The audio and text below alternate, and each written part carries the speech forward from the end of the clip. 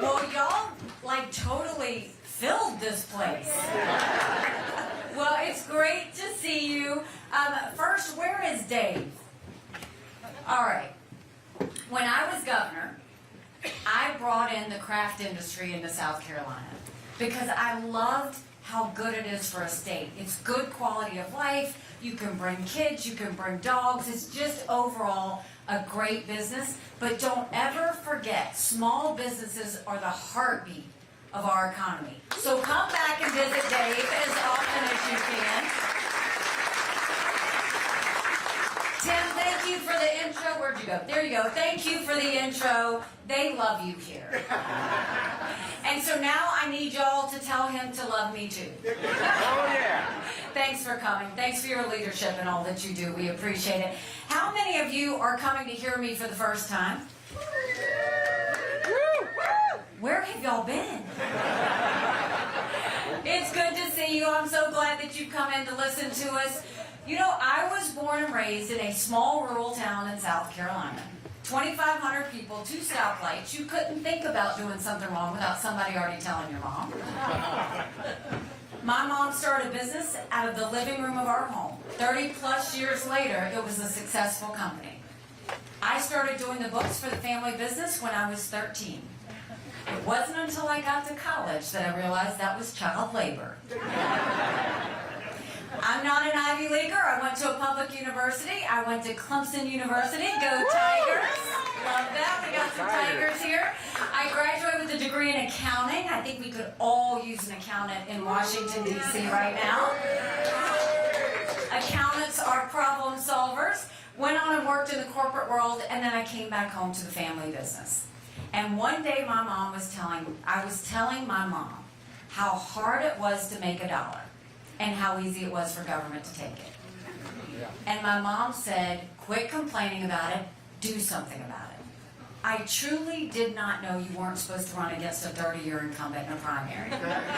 Ignorance is bliss. I had never been politically active. Once I realized he was related to half the district, the only option was to win. So I went around the district and said, we have way too many lawyers at the State House. I think they need a really good accountant. And they took a chance on me, and we won. When I got to the State House, my biggest goal was how to support small business. Knowing that they were the heartbeat of our economy, that was my fight, that was my focus. And so I moved my way up through the legislature, and then South Carolina typically voted for things by voice vote. All in favor, say aye, all opposed, nay, the ayes have it. But one day they voted themselves a pay raise. All in favor, say aye, all opposed, silence. The ayes have it, yet to this day you can't find anyone that says they voted themselves a pay raise. I was furious because we had a Republican House, a Republican Senate, and a Republican governor. And I filed a bill that said anything important enough to be debated on the floor of the House or the Senate is important enough for people to know how their legislators voted. And the Speaker of the House said, put the bill away. We don't need to have it. We will decide what the public needs to see and what they don't. Long story short, I didn't put the bill away, and they stripped me of all of my seniority. They took me off all of my committees. I could take the well, no one would hear me speak. I could file a bill, no one would co-sponsor. So I ran for governor. And I'm proud to say that now in South Carolina, anything debated on the floor of the House or the Senate requires a legislative vote on the record, and we took it a step further and did it on every section of the budget as well. And I love music. I hope you enjoyed my playlist, by the way, that you were hearing before. I love music, and so on the day of the bill signing, I blasted throughout the State House, Pat Benatar's Hit Me With Your Best Shot. All right. When I became governor, South Carolina was hurting. We had 11% unemployment. We had thousands of people on welfare, and South Carolina was the butt of the jokes. So we got to work. By the time we left, we were building planes with Boeing. We were building more BMWs than any place in the world. We brought in Mercedes-Benz. We brought in Volvo. 5 international tire companies. They were referring to us as the beast of the Southeast, which I love.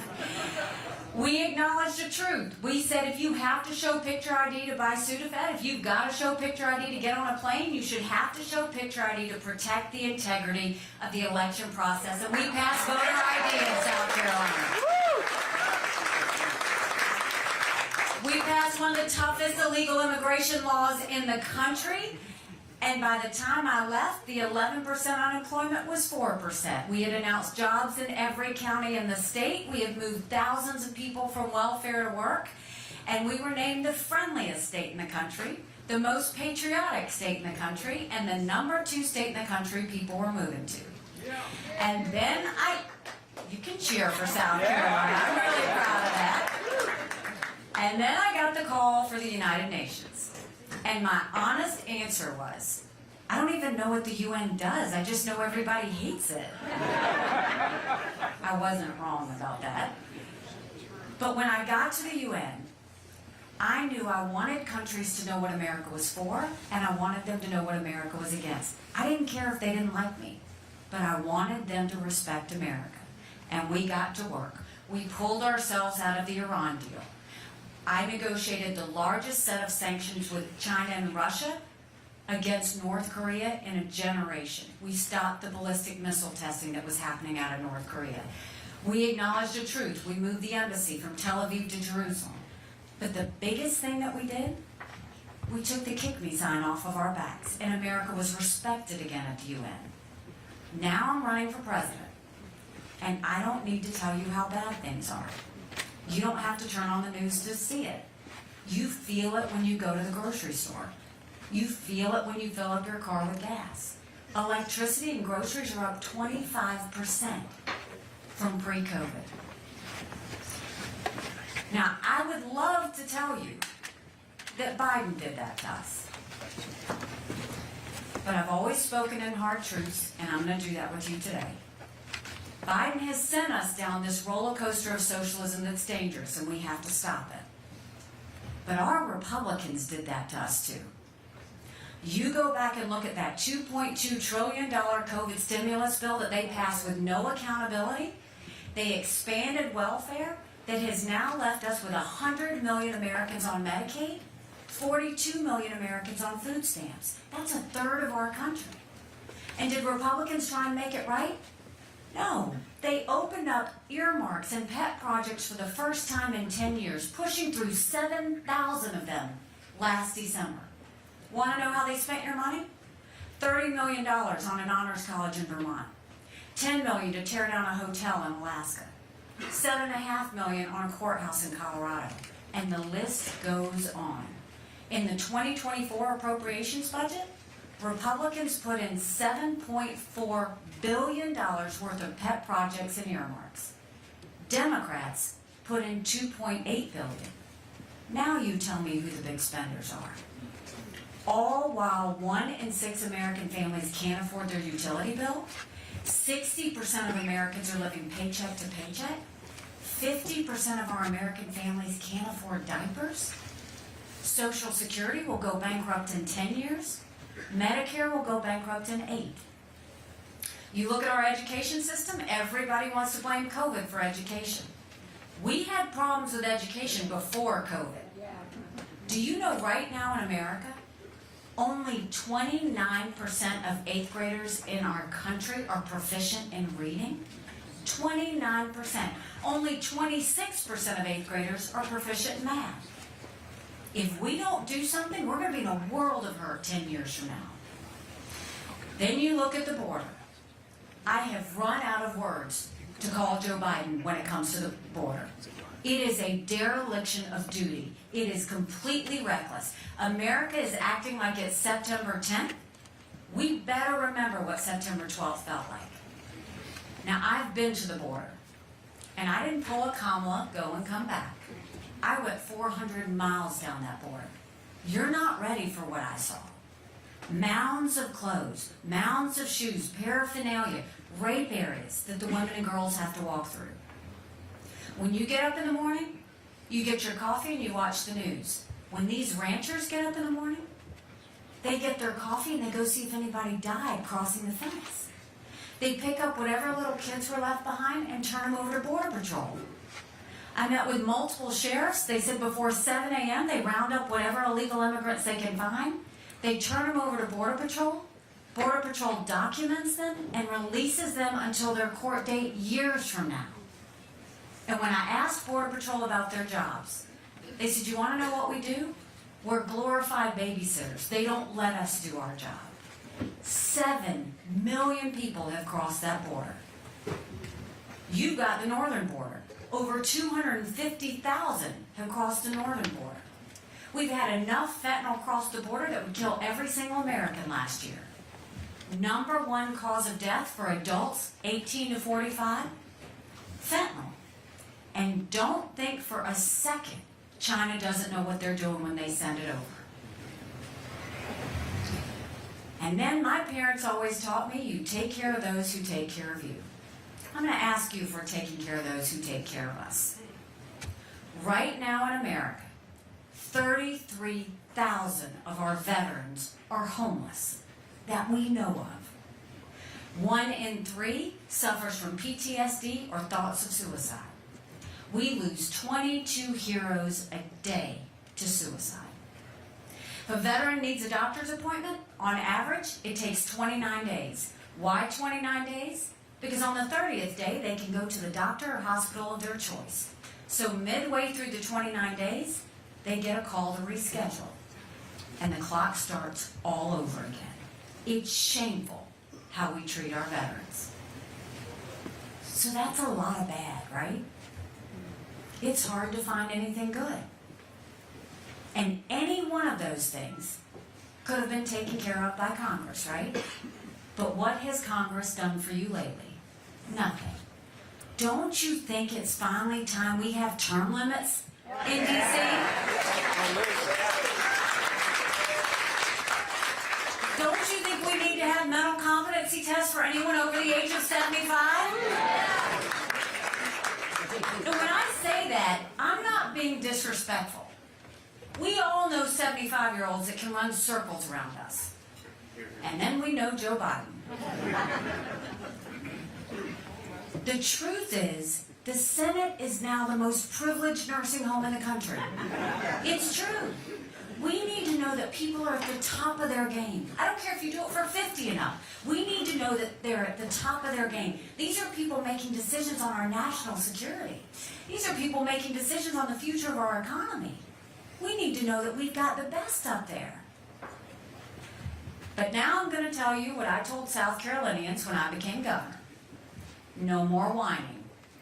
No more complaining. Now we get to work. How do we fix it? When it comes to the economy, let's start by clawing back the $500 billion of unspent COVID dollars that are still out there. Instead of 87,000 IRS agents going after middle America, let's go after the hundreds of billions of dollars of COVID fraud, 1 out of every $7. If 8% of our budget is interest, quit borrowing. Cut up the credit cards. You have to balance a budget every day. I had to balance a budget as governor. Why is Congress the only group that refuses to balance a budget? We'll stop the spending, we'll stop the borrowing, we'll eliminate the earmarks, and I will veto any spending bill that doesn't take us back to pre-COVID levels. That will save us trillions. Then we're going to focus on the middle class, because in America we're watching the rich get richer and we're watching the poor get poorer. So we're going to eliminate the federal gas and diesel tax in this country. We're going to cut taxes on the middle class and simplify those brackets. And we're going to make small business tax cuts permanent. They made them temporary. They made corporate tax cuts permanent. Small businesses are the heartbeat of our economy. We will make those permanent, and that's how we'll get our economy going again. And as governor, you learn that governors meet with their president once a year. When I'm president, I will meet with governors once a quarter, Republican and Democrat, with the sole purpose of how do we get as many federal programs as we can down to the state level. That will reduce the size of the federal government, and it will empower people on the ground. Think welfare, think healthcare, think education. We could do amazing things with that. When it comes to education, we knew in South Carolina if a child couldn't read by 3rd grade, they were 4 times less likely to graduate high school. So we started holding our kids back. We brought in their parents. We did reading remediation, and we set them up for success. You can't keep pushing these kids forward if they can't read. We have got to get this right, and we've got to get our kids reading again. The second...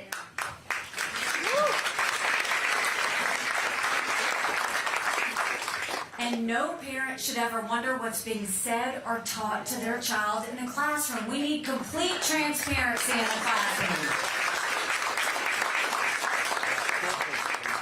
As parents, we have one job, and that's to get our kids right. Every parent needs to be able to choose which school their child goes to. Every child deserves a good education, regardless of where they're born and raised. We have to stop mandating their education by a zip code. And then let's build things in America again. Let's put vocational classes back into our high schools. In South Carolina, we had apprenticeships all over our state. We taught our kids how to build the things we were making. When you do that, you get them invested in our economy before they finish school. And that's how we also keep them home in our states. And then when it comes to the border, we will take what I did in South Carolina and we'll go national. We'll make sure we do a national E-Verify program so that every business has to prove that the people they hire are in this country legally. We will defund sanctuary cities once and for all. We will put 25,000 Border Patrol and ICE agents on the ground and let them do their job. And then we will go back to the Remain in Mexico policy because they should never step foot on U.S. soil in the first place. And instead of catch and release, we'll go to catch and deport. That is how we will stop everything that's happening at the border.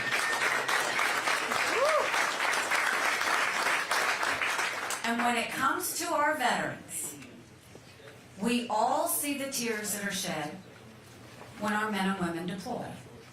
And we all see the celebrations when they're returned back home to us safely. I'm the wife of a combat veteran. He served in Afghanistan. The day he came home was a prayer answered. It's an amazing blessing for us. But that was the easy part. It's when we got home that it got hard. He couldn't hear loud noises. He couldn't be in crowds. Life had passed him by for the year that he was gone, and the transition was tough. We can't just love our men and women when they're gone. We gotta love them when they come back home too. So the way we do that is let's work on our transition process to get them healthy. Let's put telehealth out there so they can get the mental health care they need right when they need it. Let's focus on making sure they can go to the doctor or hospital of their choice. They've earned that right. And if we want to fix veteran health care, I think the best way to fix it is every member of Congress should have to get their health care from the VA. And you watch how fast that gets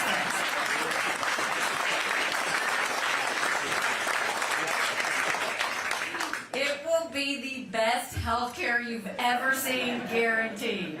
So we will take care of our veterans. So that's what we need to do on the domestic side. Now let's talk about national security. Did you ever think we'd look at the sky and see a Chinese spy balloon flying over us? It's a national embarrassment. But think about it. The world is on fire. You've got war in Europe. You've got a war in the Middle East. You've got North Korea testing ballistic missiles. You've got China on the march. But make no mistake, none of that would have happened had we not had that debacle in Afghanistan. The idea that my husband and his military brothers and sisters who served there had to watch us leave Bagram Air Force Base in the middle of the night without telling our allies who stood shoulder to shoulder with us for decades because we asked them to be there. Think about what that told our friends. More importantly, think about what that told our enemies. And now what's the conversation in D.C. that they're telling you? Should we support Ukraine or should we support Israel? Should you support Israel or should you secure the border? Don't let them lie to you like that. That is a false premise. Let's take it one at a time. Let's start with Ukraine. First of all, we had no better ally at the UN than Ukraine. They voted with us on everything. If I had a press conference, they showed up without being asked. They were a huge supporter of America. Here you have a thug who invaded this pro-American, freedom-loving country. 500,000 people have died because of Putin. And all they're doing is trying to survive and protect their freedoms. I don't ever think we should give cash to any country, period. I don't think we need to put troops on the ground. But I think that we need to help them with the equipment and the ammunition they need to win. First of all, this war never should have started. If Biden had done what he was supposed to when Russia surrounded Ukraine, we wouldn't have had a war. And if Biden had given them the equipment and ammunition they needed from the beginning, the war would be over. How do we end this war now? If Russia leaves, the war's over. If Ukraine stops fighting, they lose their country. Tyrants will always do what they tell you to do. They're actually very transparent. Think about it. Hamas said they were going to try and kill as many Jews as they could. We watched that happen. China said they were going to invade Hong Kong. They did it. Russia said they were going to invade Ukraine. We watched it. China says Taiwan is next. We better believe them. Russia said once they're done with Ukraine, Poland and the Baltics are next. Those are NATO countries. That puts us at war. We are trying to prevent war. That's the key. We have to prevent war. Of all the things, equipment and ammunition we have given for Ukraine, that is 3.5% of our national defense budget. Just 3.5%. We know Russia's hit rock bottom. Ukraine's defeated half of the Russian forces. Russia's had to raise the draft age to 65. We know they've hit rock bottom because they're getting drones from Iran, they're getting missiles from North Korea. We need to make sure that we help them finish this. Of the 3.5% we've given, the Europeans have paid more than that. And they should, it's their neighborhood. Then you go and you look at what happened on October 7th. I'm haunted by what happened on October 7th because 5 years ago, I gave a speech to the entire world at the United Nations and said, we know there are maps. And these maps, Hamas has these maps, and these maps show that if they can break through the barrier, this is how they're going to kill as many Jews as fast as they can. And it happened. Now America's got to get this right. It has never been that Israel needs America. It has always been that America needs Israel. They are the tip of the spear when it comes to defeating terrorism. There would be no Hamas without Iran. There would be no Hezbollah without Iran. There would not be the Houthis without Iran. There wouldn't be those terrorist groups in Iraq and Syria without Iran.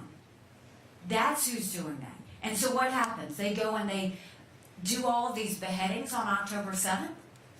They burn these babies alive. They rape these girls at a concert and they take their naked bodies, drag them through the streets of Gaza, and what are they saying? Death to Israel, death to America. Don't ever forget that. We have to make sure we get this right. How do we get it right for Israel? Give them whatever they need whenever they need it. No questions asked. Eliminate Hamas. Finish them once and for all. Don't weaken them because they will come back. And make sure that we do whatever we need to get our hostages home. Other candidates have said, this isn't America's war, it's Israel's war.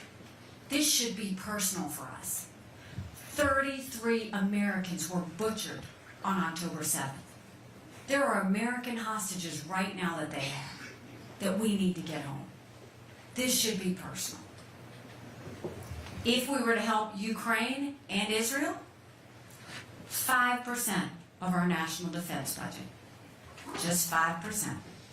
Now, they'll talk about securing the border. That should be priority number one, without question. We've got to secure our borders because it only takes one person to have another 9/11 moment. So to take care of Israel, Ukraine, and the border, all of that combined, less than 20% of Biden's green subsidies that he passed. So don't let them tell you we don't have the money.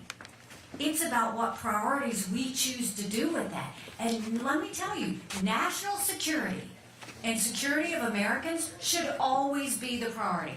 Government was intended to secure the rights and freedoms of the people.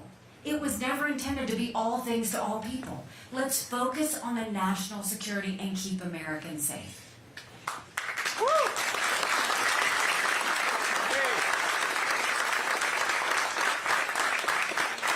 And there's still our number one national security threat, China. China has been planning war with us for years. And that's not me exaggerating. They're already here. They've already infiltrated. They bought 400,000 acres of U.S. soil, most recently near Grand Forks Air Force Base, where our most sensitive drone technology is. They put millions of dollars into our universities, stealing our research, spreading Chinese propaganda. You got upset with the Chinese spy balloon? What about the fact that 90% of our law enforcement drones are Chinese?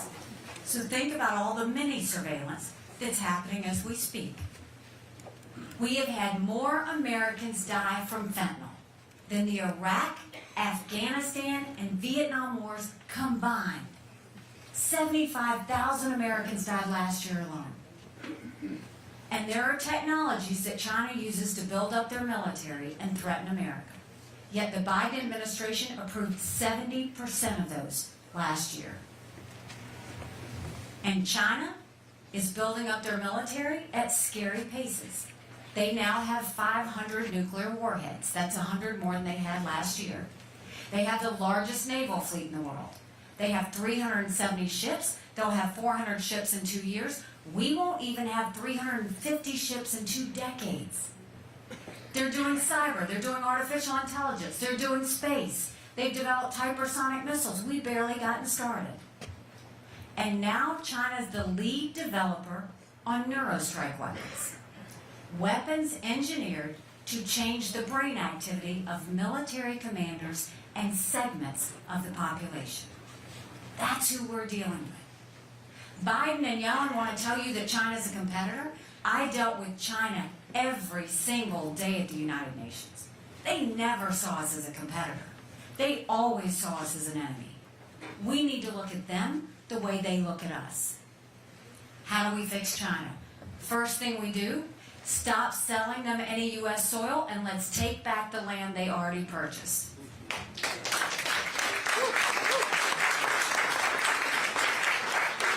We'll go to our universities and we'll say you either take foreign money or you take American money, but the days of taking both are over. We will get that foreign intrusion out of our universities.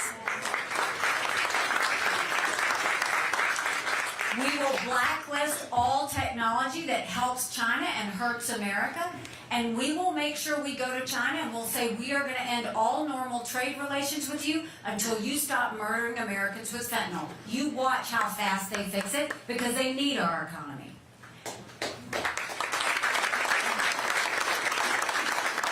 And there were 2 things when I was at the UN that China, Russia, and Iran never wanted us to have.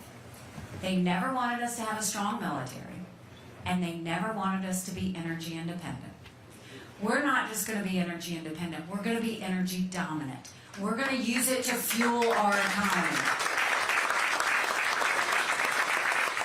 Right now, the Biden administration cares more about sagebrush lizards than they do about us being able to afford our electricity bills. We will export as much liquefied natural gas as we can and appreciate and use those blessings so that it fuels our economy. And then, remember, strong militaries don't start wars. Strong militaries prevent wars. We need to modernize our military, and that doesn't mean throwing a lot of money at the Department of Defense. That means cleaning it out, getting rid of the bureaucracy, getting rid of the red tape, getting rid of all the things that are not mission-focused on protecting America. And that includes, for God's sake, we have to end these gender pronoun classes that are happening in the military. It's demoralizing for our men and women to have to take those. So you look at those threats and think about this. Why is it that the Taiwanese want the U.S. and the West to support the Ukrainians? Because they know that if Ukraine wins, China won't invade Taiwan. Why is it that the Ukrainians so desperately want us to help the Israelis? Because they know that if Israel wins, then Russia and Iran lose. All of these things are connected. There is an unholy alliance. China, Russia, and Iran. They're not separate actors. They're working together. Why are they working together? Because they're bonded with one thing. They all hate America. Our goal needs to be strength. That's how you defeat enemies, is through strength. Never with weakness. And we can never be so arrogant to think America doesn't need friends. On September 12th, we needed a lot of friends. But you have to be a friend to get a friend. Let's make sure we're doing what we need to get this right. So we have the answers. We know what we need to do to get America strong and proud again. But the one thing we have to stop is this national self-loathing that has taken over our country. The idea that they say America's bad or rotten or racist. I was elected the first female minority governor in history. America's not racist, we're blessed. Our kids need to know to love America. They need to be saying the Pledge of Allegiance when they start school every day.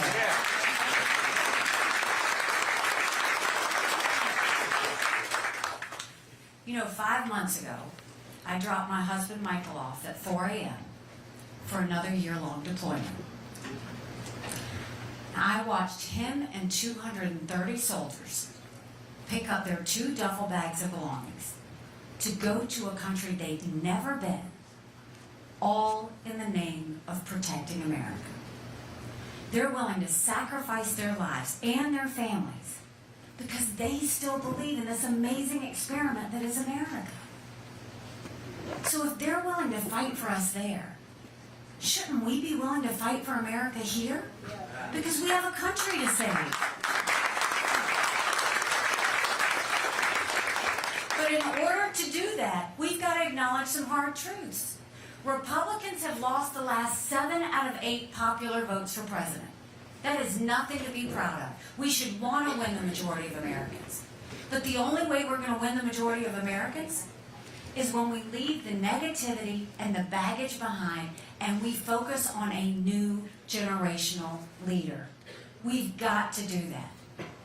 Hard truth? I think President Trump was the right president at the right time. I was proud to serve America in his administration. I agree with a lot of his policies. But the truth is, chaos follows him. Rightly or wrongly, chaos follows him. You know him, right? And in a time where our country is so divided and the world is on fire, we can't survive being in chaos anymore. We've got to get this right. And let me tell you what happens if it's not right. A vote for Joe Biden is a vote for Kamala Harris. We will not survive a President Kamala Harris. I'm telling you that.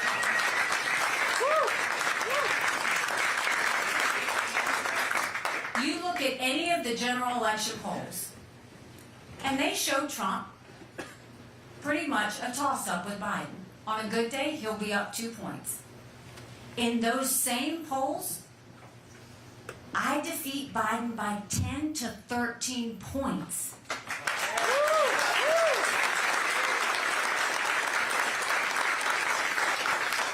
This is about governorships up and down, House seats up and down, Senate seats up, changing the whole face of our government all together so we can get new voices out there, conservative voices out there to get America on the right track.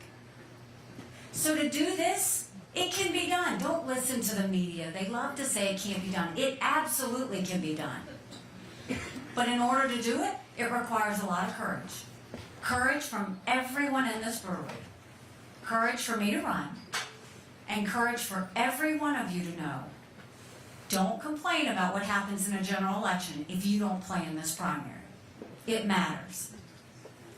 When I announced, someone asked me why I was running. And I said, my parents came here 50 years ago to an America that was strong and proud and full of opportunities. I want them to know that country again. I'm doing this for my husband and his military brothers and sisters. They need to know their sacrifice matters. They need to know that we love our country. I'm doing this for my daughter who just got married, and I saw how hard it was for her and her husband to buy a home. And I'm doing this for my son who's a senior in college. And I am tired of watching him write papers of things he doesn't believe in just to get an A. That's not us. That's not America. And for the first time, 81% of Americans, 81% of Americans don't think their kids are going to have as good of a life as we have. We can't be okay with that. I'm not okay with that. We have a country to save. But I'll promise you this. If you will join me in this fight, I guarantee you that our best days are yet to come. God bless you. Thank you very much. Thank you. Thank you so much. I appreciate it. Thank you.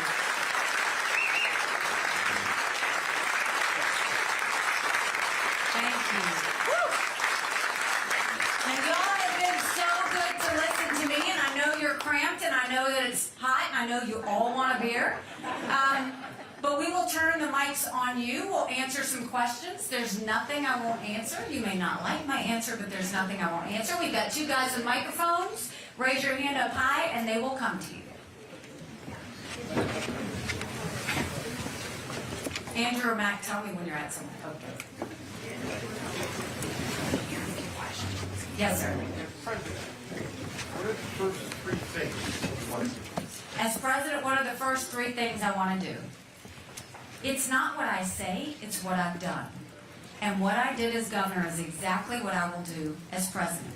The very first thing I did was I replaced the head of every agency, whether they were doing a good job or not, because you got to freshen it up and clean it up. The second thing I did was send people into every one of those agencies to clean it up. Pull down old regs, pull down bureaucracy, get them mission focused again, get rid of problem children. It's a big issue when you're dealing with government. The third thing I did was I gave them 90-day benchmarks. They had to start showing a return on investment to the taxpayer and start proving to the taxpayer their worth.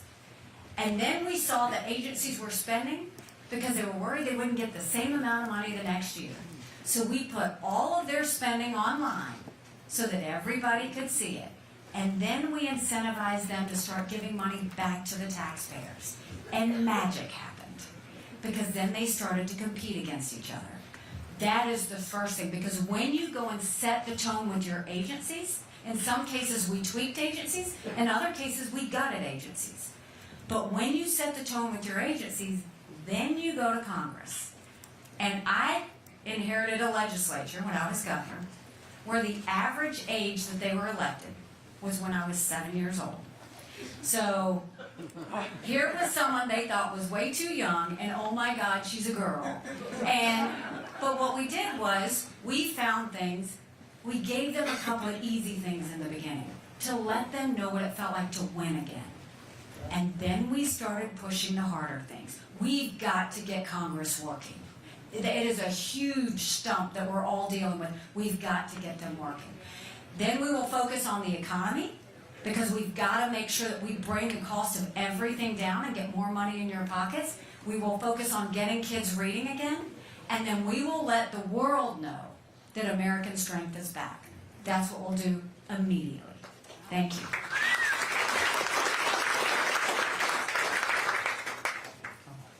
Yes, sir. Thank you for your service. God bless you. My question is, one of the issues with the weapons being sent to Ukraine and so forth has very quickly shown that within this country we do not have the capabilities to produce the amount of ammunition, missiles, everything else that we need. How are you going to get that whole thing running again so that I can buy ammunition for my 22, which becomes hard to do. You know, it's, first of all, the good side of supplying equipment and ammunition to Ukraine is we're getting rid of our old stockpiles and we're getting new ones in. So we're modernizing the process. The bad thing is we have to do this quicker, faster, better. And the problem is really it comes down to the bureaucracy in the Department of Defense. They play favorites with defense companies, and they take too much time and they don't open it up. We need to get them modernized. Y'all have 6 Hour here in New Hampshire. Fantastic company. Do you know they are developing now the first modernized handgun that our military men and women have had in decades? And I was proud to tell my husband I get to shoot it before he did. So I got to shoot it. It was great. And I'm a concealed weapons permit holder myself, so I appreciate that. But you know, the thing is, we have to go and make sure they're moving. Department of Defense is too slow. There's no reason we can't build this up. Now, right now, could we take on Israel, Ukraine, and China at the same time? We couldn't. What we want to make sure we do is prevent war at every level, but the way you prevent war is to be ready for it. Because our enemies notice if we're ready for it. So we will absolutely get those companies working again, get the bureaucracy down so that they can do that, pull all that red tape out, and stop playing favorites with defense companies. It's a huge hurdle that we've had to deal with. Ambassador, I don't need a microphone. Ready to behind you? Oh. Okay. It's an honor to be in your presence. I'm a supervisor of the checklist for the town of New Hampton. And when Governor Jean Shaheen was our governor, she implemented same-day voter registration. So that's our job. We have to be there right there to register people. People predict their domicile and their citizenship. And they can still vote. They have to swear an affidavit. I don't believe anybody checks on that, so I wanted to know your opinion on that. And also the last 2 elections, I noticed I was mortified that people in their 50s were registering for the first time to vote. Now it's because it's so decisive. And like at work we talk about it, there's a lot of people I know that are pro-life, that they're going to vote pro-choice just because they feel like it's the dark, something happens to them. So they will take that as the only issue they will vote on. So that scares me. Okay, that was a lot. Okay, so let's break it down a little bit. First of all, election integrity matters. And we have to keep improving it. We're not done. It's the reason why I felt so strongly, and I was vilified in my state for passing voter ID, which was 10 years ago, but it was the right thing to do. We also made sure in South Carolina that we did early voting, absentee voting as well. But when we did it, they counted it in real time. They matched signatures so that they had time to verify it. So we always got our results on election day. No state should give you results past election day. There's no excuse for it. And the third thing is the problems that we see more with the mail-out balloting. Mail-out ballots always leads to some sort of mishap. And so we need to make sure we're doing everything we can to keep it focused. Now, getting people to vote. I mean, if you can't look at the state of our country right now and not see that your voice matters, I mean, that's the one hurdle I see is the media. The media wants you to think it's a foregone conclusion that this is Trump versus Biden. But 75% of Americans have said they don't want a Trump-Biden rematch. So don't let the media tell you what they're going to do. I trust Americans to get this right. I trust Granite Staters to fight for their freedoms and their country. I know you'll do it. I trust Iowans to do it. I trust South Carolinians to do it. I don't trust the media. So what I'll tell you is you do your job. When it comes to abortion, in cases where people say it's a one-issue vote, it is for many people. But let me tell you where I am on it. And I'm going to talk to you about the truth, because I don't think enough people talk about the truth on the abortion issue. It is personal. Is everything okay? Okay, just want to make sure nobody fell. Abortion is a personal issue for every woman and man in America. personally, I am unapologetically pro-life. Not because the Republican Party tells me to be, but because my husband was adopted. And I had trouble having both of my children. So I am surrounded by blessings. Having said that, I don't judge anyone for being pro-choice any more than I want you to judge me for being pro-life. So let's look at how we got here. Prior to 1973, you had 46 state laws on abortion. And in 1973, you had unelected justices throw out those 46 state laws and say we're going to have abortion anytime, anywhere, for any reason. Now a wrong has been made right. The unelected justices said that was wrong, and it should be back in the hands of the people. I agree. That's where we should be deciding this. So first of all, it's in its rightful place. Some states are more pro-life. I welcome that. Some states have gone more on the choice side. I wish that wasn't the case, but the people decided. But when you talk about a federal bill, which is what they're talking about in this presidential election, this is where they're not telling me the truth. The only way to pass a federal law is if you have a majority of the House, 60 Senate votes, and a signature of a president. We haven't had 60 Republican senators in 100 years. We might have 45 pro-life senators. So no Republican president can ban abortion any more than a Democrat president can ban these state laws. So what do? I think we focus on finding consensus.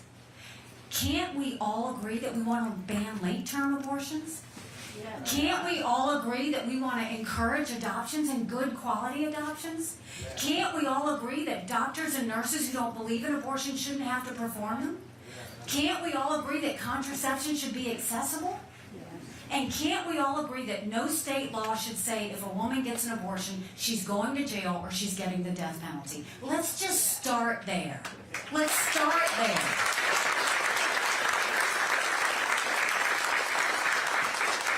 I refuse to demonize this issue. We have to humanize it. I had a roommate in college who was raped. I wouldn't wish on anyone what she went through wondering if she was pregnant. Everybody has a story. Let's be respectful of their story and stop allowing this to divide us. What you've seen is Democrats have put fear into people about abortion, and Republicans have been judgmental about abortion. Both of those are wrong. Let's start showing respect and deal with this on a consensus level when it comes to the federal. Thank you. One more question. Where are you? Hold on 1 second. Oh, there you are, sorry. Oh, okay. Hi, Nikki. We saw you at the airport and we promised you a crowd. Yes, and thank you for coming and thanks for bringing your friends. Yeah. I just want to know, what would be the first thing you do with the illegal aliens who are here? So, of the 7 million that have crossed the border, they gotta go back. You have to send them back for a couple of reasons. One is, you've got people who've waited in line and done it the right way. You can't have 7 million people cut the line because you're sending a message to the rest of the world. Biden gave temporary status to 500,000 Venezuelans. I can tell you from my time at the United Nations, the first thing those Venezuelans did were call their families and say, we just got status. And now their family members are going to come. That's 500,000 social security numbers, 500,000 driver's licenses. You have to send a message that America is a country of laws. The second we stop being a country of laws, we give up everything this country was founded on. So we need to focus on that. The other side is legal immigration. You can do both of these at the same time. But our legal immigration system is broken. It should not take someone 10 years to become a citizen. Our focus should be on vetting, and the second thing should be on merit. Instead of these quotas that they want to use, we'll take X number this year, X number next year, why don't we see what our economy needs? What do we not have that we need to advance our economy? When you do it on merit, everybody wins. So we have to do both of those. That's how we'll deal with it. I want to thank you for taking the time to be here. Thank you for taking the time.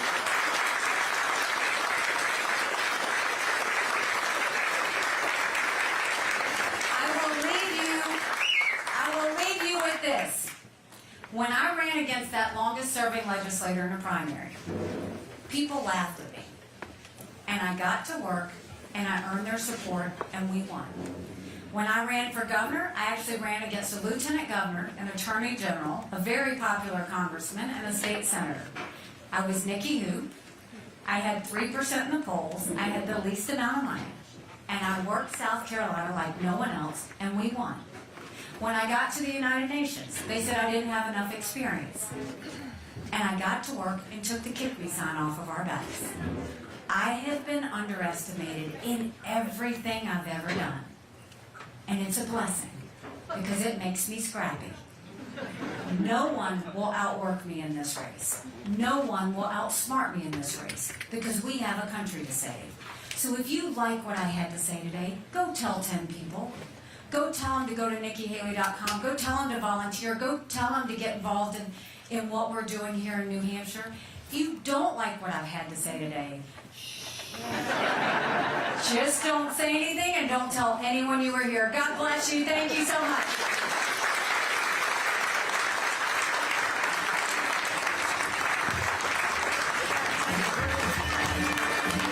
I was going to ask